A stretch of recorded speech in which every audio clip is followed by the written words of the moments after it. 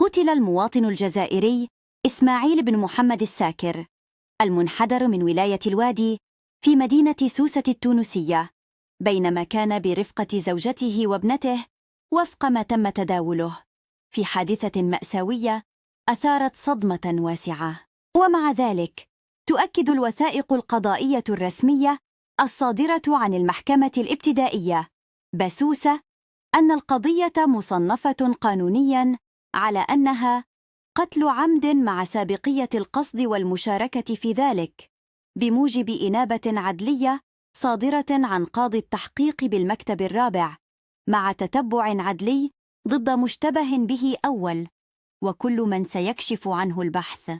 التقرير الرسمي وصف الضحية بأنه أعزب وفق الوثائق الإدارية المتوفرة، ما يجعل معطيات الزوجة والابنة غير مثبتة رسمياً حتى الآن. وقد صدر الإذن بالدفن بعد استكمال أعمال الطب الشرعي، فيما تبقى القضية قيد التحقيق القضائي مع متابعة القنصلية الجزائرية للملف لضمان حقوق الضحية وكشف الحقيقة كاملة.